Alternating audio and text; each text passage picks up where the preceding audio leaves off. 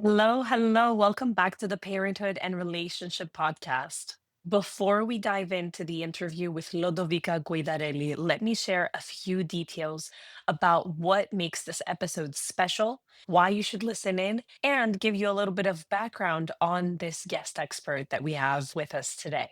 Lodovica shares powerful, grounding insights on why couples drift apart, especially after major life transitions like parenthood, for example, and how love languages, which is the theme of this month, unspoken expectations, and co leadership can play a role. I want you to really listen in for the analogy that she uses about running a relationship, kind of like we do a business and how helpful that can actually be. But I think that you will also find very interesting what she says about neurodivergence in relationships, something that we have not touched on this podcast so far, and I think is very important. Finally, we wrap up the episode by talking about how couples who are stuck in a loop of arguments and they seem to be going in circles talking about the same things over and over again, trying strategies, but them not working. And Lodovica gives us the steps that we need to consider when we are trying to get close again. This episode is packed with compassionate, practical wisdom, and I hope that it will resonate. Before we dive in, let me tell you a little bit about Lodovica Guidarelli. Lodovica is an Italian American marriage and family therapist. She's married and she has two children. She works with couples both online and in person in the state of California. In her work, she integrates somatic approaches as well as trauma approaches such as EMDR, internal family systems, one of my absolute favorites, as well as brain spotting and narrative therapy. But let's hear more from her. Let's dive in. Hi there. If this is your first time here, welcome to the Parenthood and Relationship Podcast. I'm your host, Markella Kaplani, a psychologist, a parenthood and relationship coach, and a parent myself. Together, we explore the transformative journey of parenthood and its profound impact on our relationship with ourselves, our partners, and our children so that we can be present and show up as we envision without having to do more. Let's get into today's episode. Hi, Ludovica. It's so nice to have you. Hello. Thank you for having me here. It's a pleasure. Excited to be in this space with you. So, I made a small introduction about you, but I would like for you to tell us a little bit about your work as a marriage and family therapist and how you support couples in navigating the emotional disconnect. So, I am a marriage and family therapist. I work primarily online, although I also see clients in person in the state of California. I see couples at different stages of their relationship, and I also see couples that are in consensual, non monogamous relationship. I love this work and I support them in different ways. I find that couples come to me for different reasons and different stages, different moments. I support, first of all, slowing things down and reassessing their goals, their values, their purposes, their intentions, their hopes. And then as that becomes more clear, we work around communication styles and I integrate somatic practices such as internal family systems, brain spotting, EMDR, narrative therapy for them to be able to reconnect, first of all, with themselves and then be able to communicate with their partner and reconnect in that way. I think the reconnection with the couple starts first with the reconnection with ourselves. Yes, I agree 100% with that. I did want to ask you what led you to be passionate in working with couples. I like to ask that because the way that I arrived at couples, it wasn't something that I had intended in the beginning. It wasn't something that I thought I would be doing, but it's something that knocked on my doorstep in a way. And I found that I absolutely love it exactly for the same reason that you mentioned before, that it is so interrelated. The way that I connect to myself has so much to do with the way that I connect to my partner. So I would like to know your story, how you decided to be doing this. In my work, I find that it's always a mix of personal and professional. It's very hard to disconnect the two. So there is a little bit of my own personal story. Both my husband and I migrated to the US when we were very young. And so we went through so many changes personally through the process of migrating, different stages really of our relationship, from being very young and moving to a different country to getting married, having children. And so I really saw how the different contexts and the profound changes that we went through individually and what it takes to continue to be committed to a relationship with everything else around us changes and inside of us changes. And then when I started to entertain the idea of becoming a family therapist, I honestly was also thinking about doing individual work mostly. But part of my clinical background required to do couples work. And I just noticed how much I loved it. It brings me to see potential, to see couples that love each other and no longer know how to communicate that to each other. And so being able to really recreate a context to connect seems extremely valuable to me. I guess that's a short way of answering your question. Yeah, it's beautiful.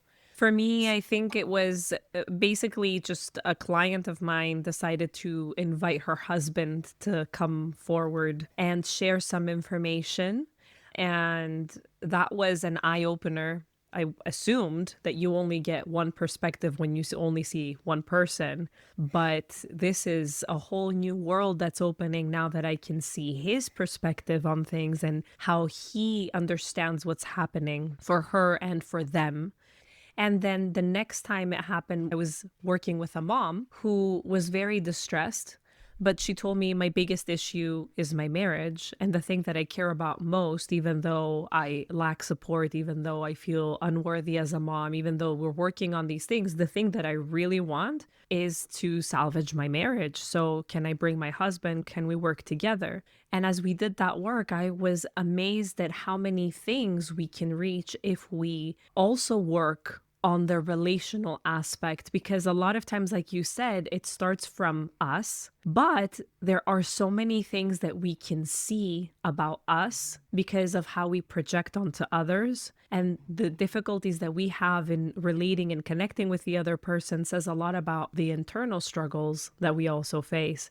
So it's twofold. It's very interesting work. So I wanted to ask you, what are patterns or themes of issues that you may have noticed couples facing as they come to you? Yeah, so some common themes or the ways in which couples describe it when they come to me is communication issues. We're not understanding each other. We're not connecting. I feel emotionally disconnected.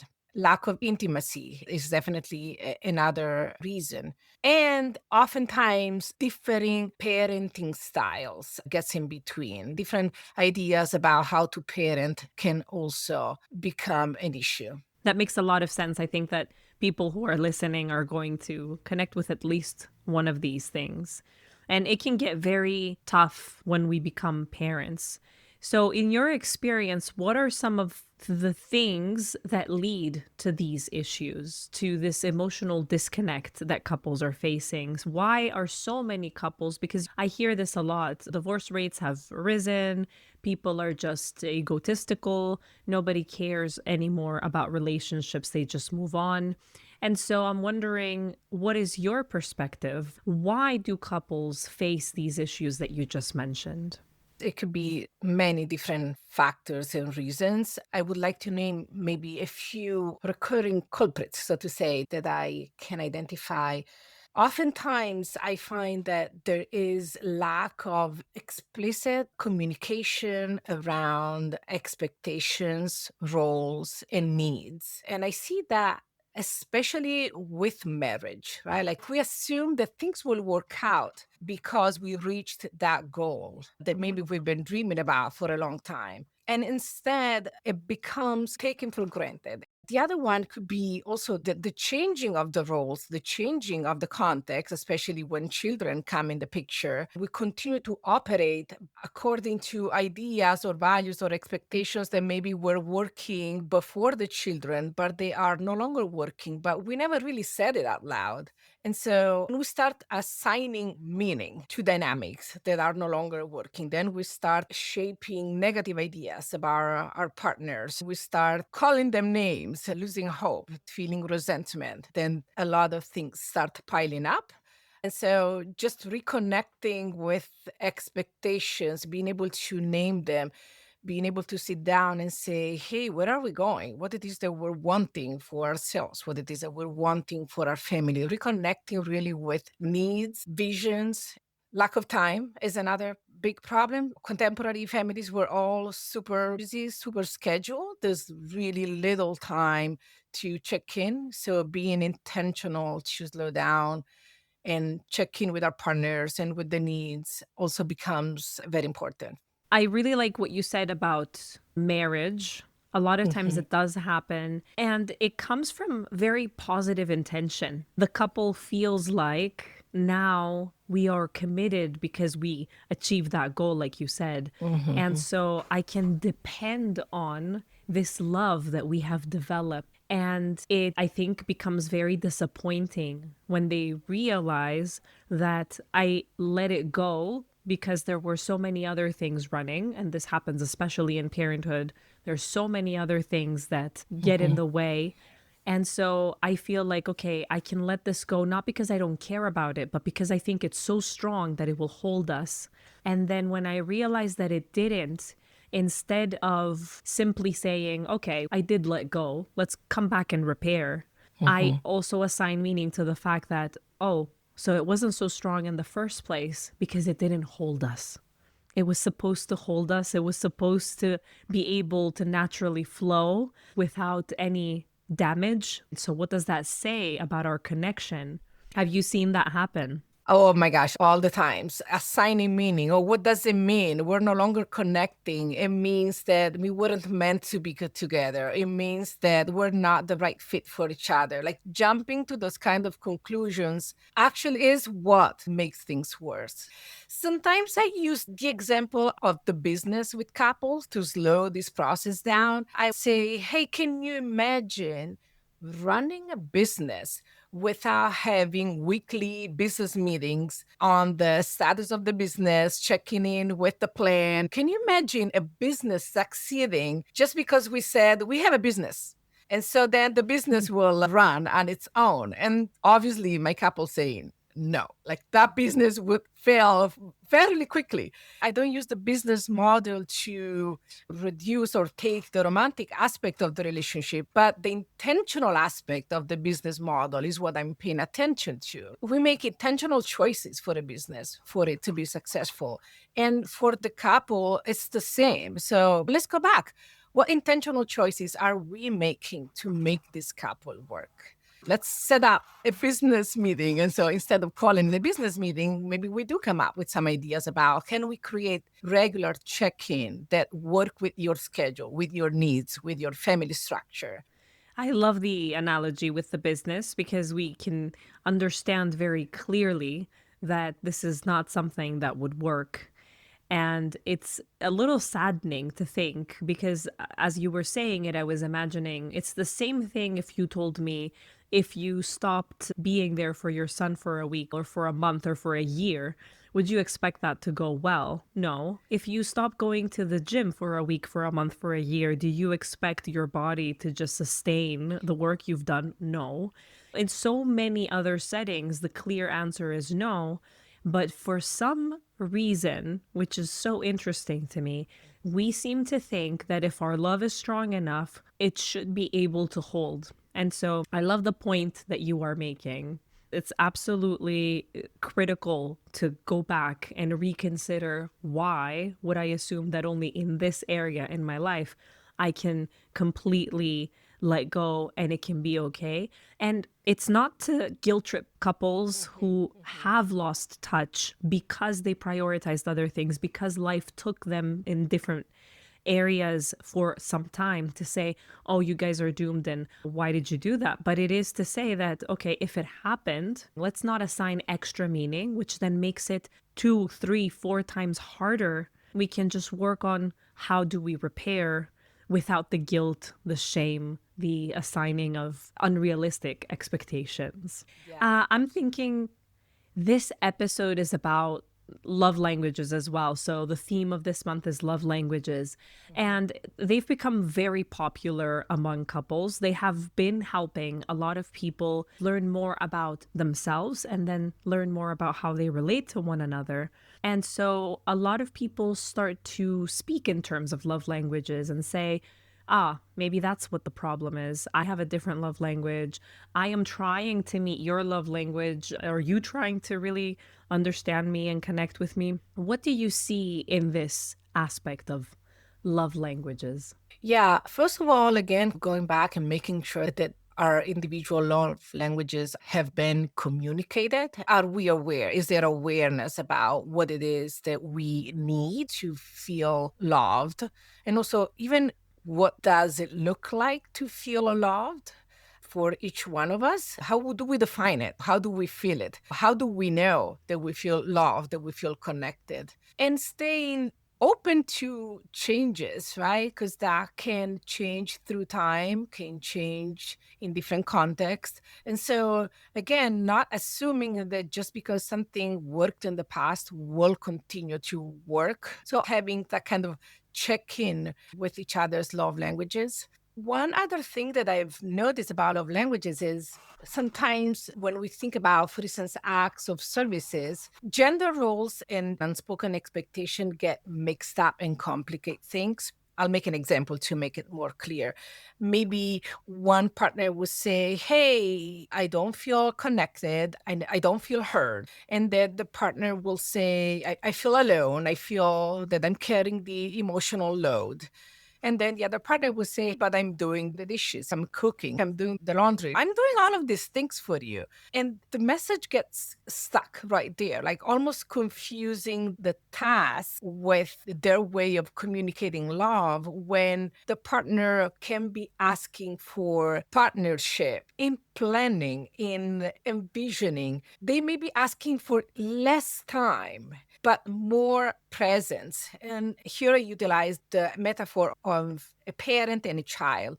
Sometimes in some dynamics, I see couples ending up relating to each other, not as partners, but more in a parent child type of relationship where there is somebody who's taking the initiative, somebody that is doing all the scheduling, that is doing all the planning, and the other partner that is executing, and they feel that the execution is enough. That's what I'm doing. I'm executing. And sometimes maybe that is really not enough. And maybe the point is less around executing, but more of feeling that we are leading this relationship together. We are a team rather than one of us is the boss and the other one is executing, because it generates lots of loneliness and isolation for the one that feels that is leading and holding the threads of the whole thing, and the other person is executing. So, yes, it is support. So we don't want to say there's no value in executing, but the partnership and the leading together sometimes seems to be the missing piece for some of the couples, especially when children get in the picture. But even before children, I see that happening even before children. That's a dynamic I have noticed a lot as well. The person executing also feels completely unappreciated because the person leading seems very frustrated, and the person executing is saying, I am doing everything. How can I be getting things wrong? Why do you never say thank you? Why are you taking me for granted? You no longer admire me. And the person who's leading thinks you've done the bare minimum Yeah. because each of them is thinking, doing a really tough job. And I love the perspective you bring that it's the emotional load that both of them are carrying that leads both of them to think, I am doing something tougher. If they were to instead co lead, if they were both captains of the ship and they were both crewmen of the ship, although it doesn't seem as intuitive, they would have both felt like they're sharing the load, whereas now it feels unfair to both of them. Yes, absolutely. Because what I notice is then when they co-lead, they do connect, they do empathize, they do see the load of the other. And none of them wants to make the load of the other harder. Ultimately, we want to simplify the life of our partner. We don't want to make it more complicated. And yet that dynamic of not co-leading generates resentment on both parts. And then instead of opening up the space for compassion and understanding, it opens up the stage for resentment and feeling isolated and feeling disconnected and feeling alone. I know it is counterintuitive. I do feel that couples oftentimes think that what the partner is asking, especially the partner who's leading, is for more time. I'm already doing so much in executing. You want even more time. I don't have more time. I'm already doing so much. And instead, I don't think it's a matter of more time. If that co-leading feeling happens, solutions are found that give both of them time and have each other's needs met.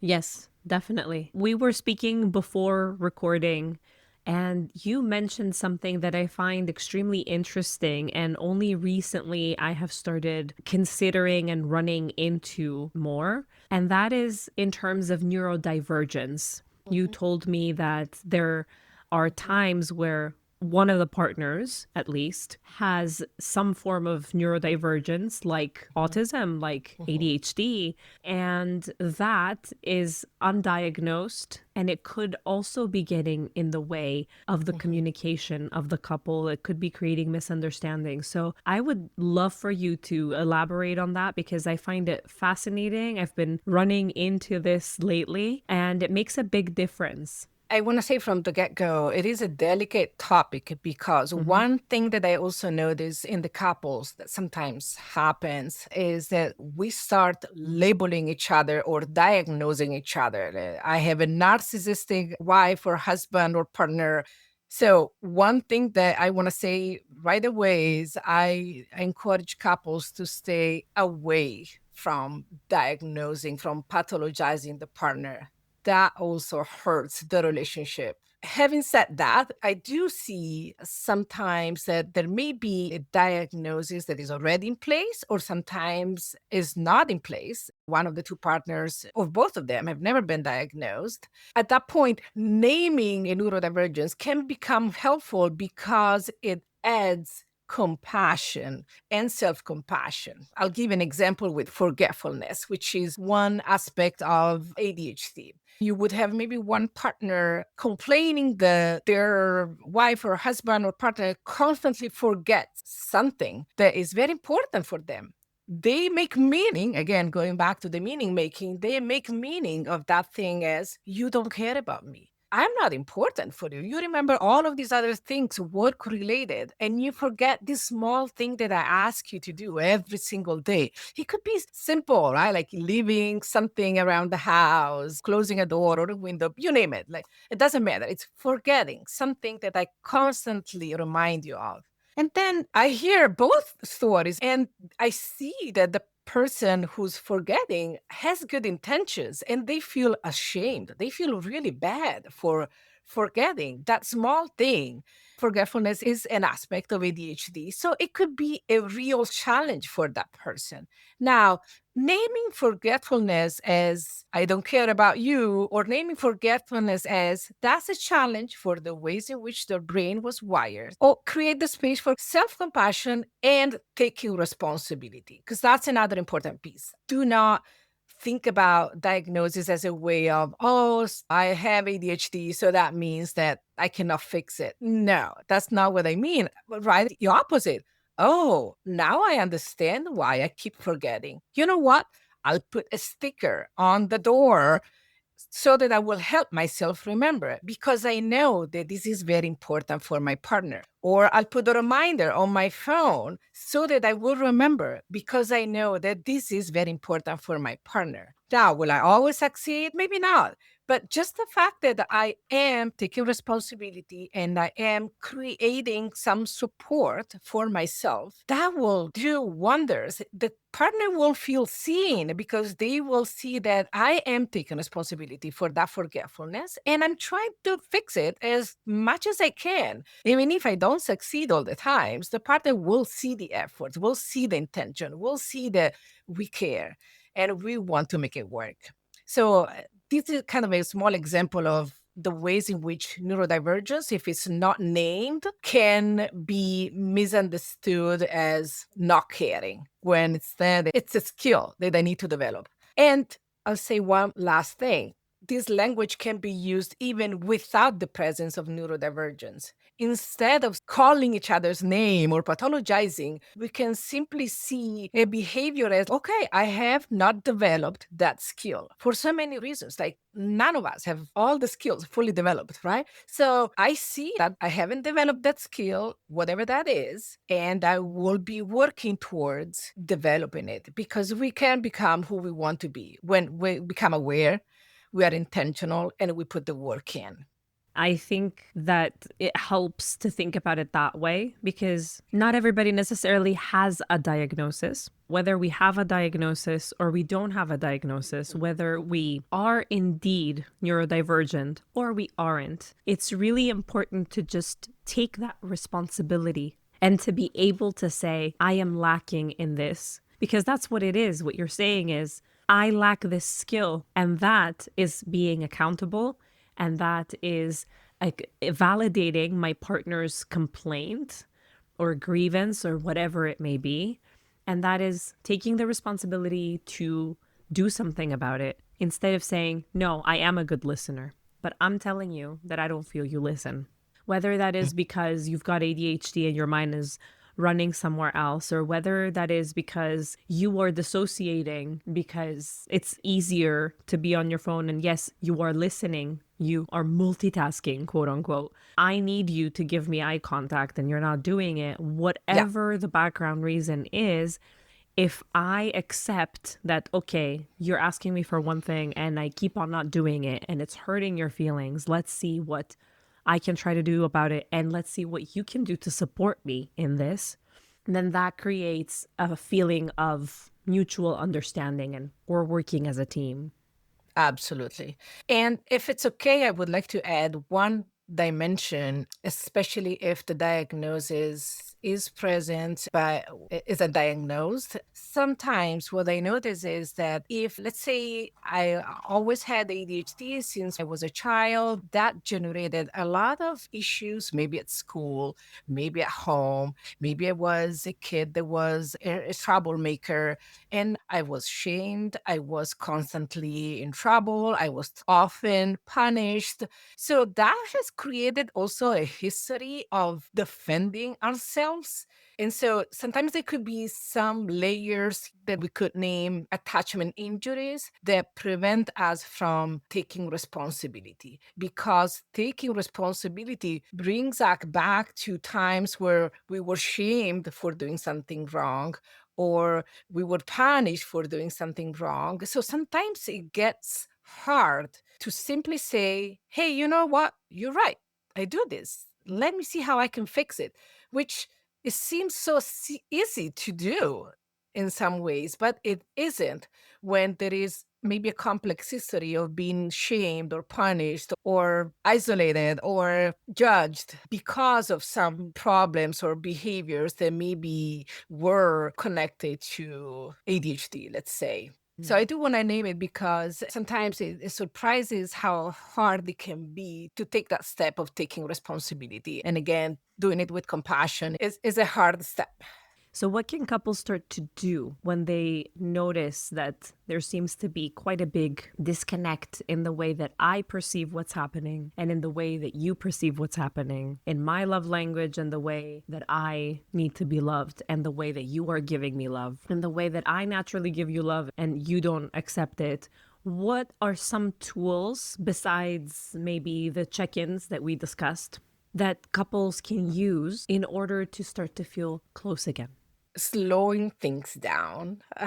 I would say, sometimes I find that couples come and they feel a sense of urgency to fix the problem. And that sense of urgency can also get in the way. So slowing things down and checking in with the effects of what we do and what we say on the other, and listening to our body, noticing in the moment, when that happens, how do I feel? What's coming up for me? That also a way of slowing things down and not escalating fights.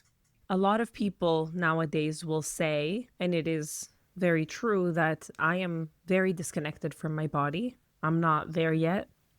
So it's not very easy for me. I don't feel anything when this happens. And obviously, there's something that we feel, there's something that reacts in our body, but we are so disconnected from our body that we cannot feel it. And so these kinds of practices, they sound interesting and they sound good, but they sound very hard. So, how would you advise me or someone who says this kind of thing to get in touch with their body? And is that something that I can do now that I'm trying to work on getting closer with my partner? Is it something that I need to work on at my own time? Because you're like you said, there's this feeling of urgency. And even though I may be able to accept that, okay, if we've had problems for 6, 7 years, and I'm saying that specifically because research shows that couples come 6 to 7 years late to therapy.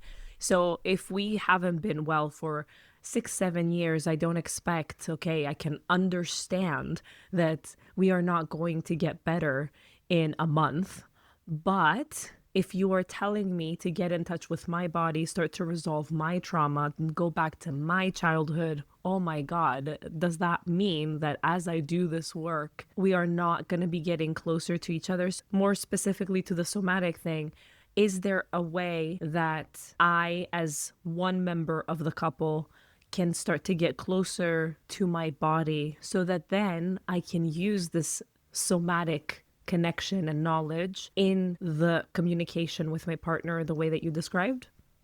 I do see that all the times. It's so easy and sounds so cool to have somatic practices, and it can be so hard to actually integrate them. It does require some individual work and practice outside of the relational. And it is a skill that can be learned to be in touch with our bodies. One way of getting in touch with our body could be, what are some of the ways in which you feel connected or well? For some people, sports or playing an instrument can be ways in which we do understand what connecting with our bodies mean. Doing individual work while doing couples work can definitely help if we have the time and the resources to do it. Working with somebody becomes useful because an external observer can help the client identify the ways in which they connect or disconnect from their bodies. Again, going back to the example of the gym that you made earlier, when you work out and you do repeat the exercises, but you don't do them quite well, your trainer who's right there observing what you're doing and correcting you. So, in a sense, that's what the individual work with a therapist that is practicing somatic practices can be helpful, because the external person can help you identify the ways in which you are connecting or disconnecting with your bodies. And that's a way to get started. And then you keep practicing and noticing. I utilize, for instance, one technique that is called brain spotting, which is a somatic approach. And it does invite the client to observe the sensations in their bodies. What does your stomach feel like? Where are you feeling some tightness in your chest? Are you noticing dizziness? I start identifying specific body parts and guide them through the process of observing. And then if nothing comes up, that's okay. We don't need to get stuck with needing to find necessarily the body part, but it's an invitation to notice.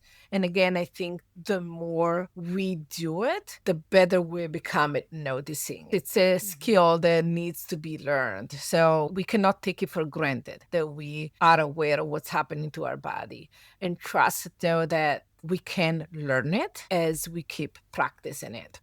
It could be a simple body scan that I do every time I go to bed, before I fall asleep, or as soon as I wake up, or as soon as I finish work before I go home. So that would be a way of checking in with how my body feels. And I put that, okay, that's a transition, right? Anytime there is a transition in our schedule, I can put a 5 minutes body scan to slow myself down, check in, first of all, with my breathing. Am I breathing fast? Am I breathing slowly? Check my heart rate. Is it fast? Is it slow? Is it normal? Check my shoulders. Are they tense? Check my legs, my feet, my abdomen, my neck. What I'm hearing throughout the entire conversation that we're having is, if I want to work on my commitment to you as my partner, I need to work on my commitment first and foremost to myself, which a lot of times we leave behind. So we commit to the gym and we commit to work and we commit to our children, but then we struggle with committing to our partnership. And that is a reflection of how hard it is for us to commit to ourselves. It's so hard to upkeep a meditation practice. It's so hard to upkeep doing that one small 5-minute check-in, either with ourselves or with our partner. It becomes so hard, but we can do so many other things that require much more commitment and much more time. We don't commit to ourselves. We don't commit to our well-being. And then we wonder why we don't commit to our partnerships as well. So I love how this conversation has been going. And before we close, because we could be talking about this forever, yeah, definitely.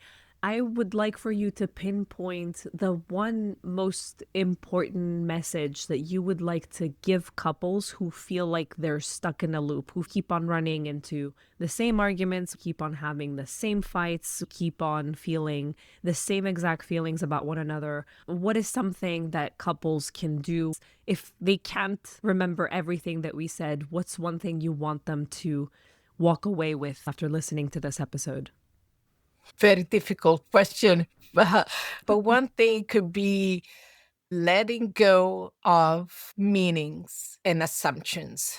Don't jump to conclusions. Go back to why are we together? What it is that we want out of this. And let's trust that each other has the best intentions. Recommit to the values and the purposes of the relationship and restart from there with a curious mindset rather than with a judgmental approach. And I know this is very hard because of what you said earlier, right? Couples come to us after 6 or 7 years of not feeling connected. So to be able to trust the other again after feeling hurt or many times, to be able to recreate the space of curiosity is a lot to ask. And yet we need to start somewhere if we want to try to make it work. We can't make it work from a place of fear and from a place of having chosen to close down because of the hurt. Although it makes a lot of sense that if I feel hurt by you for 6 years, then I'm going to not want to take this risk. I'm going to have my guard up.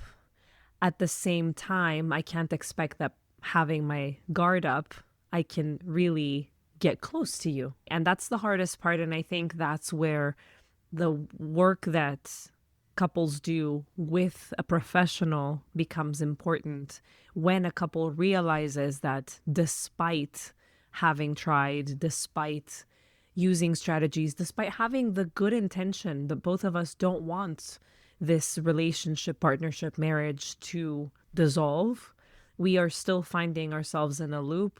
Maybe there are things holding us back, and maybe we need to resolve the hurt and we need some help with that. We need some support, which oftentimes I think is taken as last resort.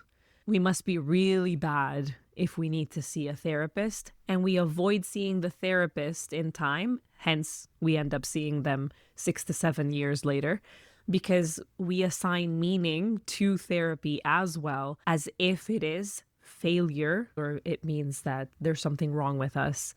And so I think everything that you mentioned basically just fits together very well. And you gave us the puzzle pieces and you laid them out with the steps that you just mentioned.